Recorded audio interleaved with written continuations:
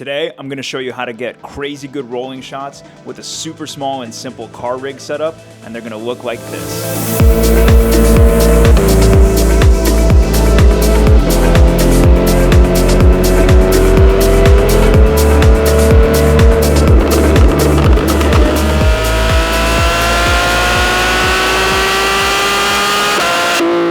So, believe it or not, that was shot using this Pocket 3, this handy dandy little DJI camera that the whole internet has been raving about recently. And I got it solely for the purpose of shooting rolling car shots because I happen to do a lot of automotive photo and video work. And I can't help but be really impressed with the results that this little camera is giving me. The setup that I'm using is really simple. It's honestly 3 pieces. The first one is the camera itself. You need the DJI Osmo Pocket 3. Ideally, you get the Creator combo because that's going to give you a DJI mic in addition, so you can get high quality audio of the car. You don't absolutely need the mic if you don't care as much about getting mic'd up audio of the car, but it definitely works nicely because you can directly sync it up with the camera and it'll simultaneously record video from the Osmo Pocket 3 and audio from the mic. The second piece of this kit is the suction cup. I got this Neewer one. It's a 6-inch heavy-duty suction cup, and I think it cost about $40 or $45 on Amazon. And the reality is this thing is kind of overkill for the size of this tiny little camera, but it holds the weight very well, and it even comes with the necessary tripod threads that you need to screw it into the bottom of your Osmo Pocket 3 right here. And as you can see in this clip, I just stick it onto the trunk of my car and let the DJI Osmo hang off the back.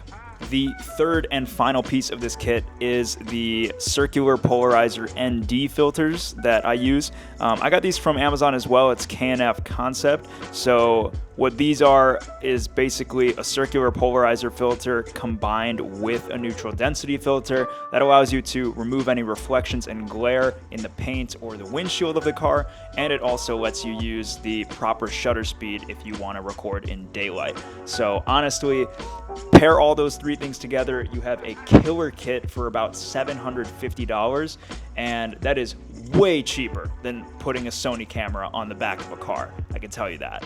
With that being said, let's talk about some of the pros of this setup, because obviously the first one is just the size and the lightweightness of this entire package. I'm sure you've seen other car rig setups on the internet where people are using a Tilta Hydra Alien, where you're putting a cinema camera on the back of an SUV, and you're undeniably going to get higher quality, higher resolution footage using a full-size cinema camera, but you're never going to beat the ease of use and the small lightweight package that this suction cup and Osmo Pocket 3 can provide. The other huge pro here is that it's simply a lot cheaper than buying a full-size car rig and then putting an entire cinema camera setup or even just basic mirrorless or DSLR camera on the back of a car. One of my lenses, this Sigma 35mm for my Sony cameras, this is worth like $500 used, and brand new it was like $750. So the cost of one lens that I would use to be filming with a car rig is already the price of the entire setup that includes audio, video, and controls and motion tracking, because the secret sauce here is that you use the app on the Pocket 3 to use motion tracking on the vehicle that you're shooting, and you don't really even have to worry too much about controlling the camera at that point. The motion tracking is pretty damn good. If you want the ability to do manual controls, the app offers that too, and honestly, I've done it a little bit. It works pretty nicely. It's still an iPhone app and it's not a manual joystick, so there is a little bit to be desired there, but besides that, it feels pretty solid and it's still so much bang for your buck. It's not all sunshine and rainbows though. There are absolutely some cons with the setup, and the first and most obvious one is that this sensor is tiny. This camera is literally, the entire camera body is like smaller than my hand, or it's the same size as my palm. So honestly, you're never going to get around working with a small camera sensor. It's going to suffer in low light, and you don't get nearly as much detail as you do with shooting like the camera that I'm shooting this video with, the Sony a7 IV.